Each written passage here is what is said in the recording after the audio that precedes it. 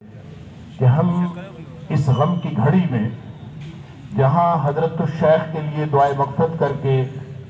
اپنے انجام کا اور اپنے آخرت کا کوئی سامان کر لیں، اللہ تعالی حضرت حافظ صاحب کی حسنات قبول فرمائے، ان کی سیئات سے درگزر فرمائے، ان کو اعلیٰ علیین میں جگہ عطا فرمائے۔ وہاں ہم اس بات کا عہد کریں کہ ہم اپنی بقیہ زندگی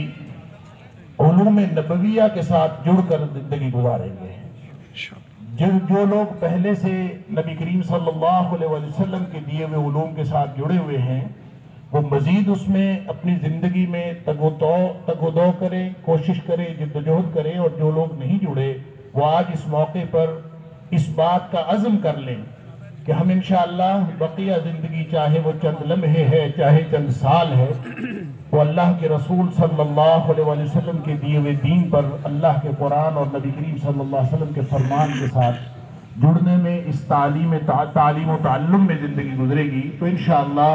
امید ہے کہ ہمارا یہاں آنا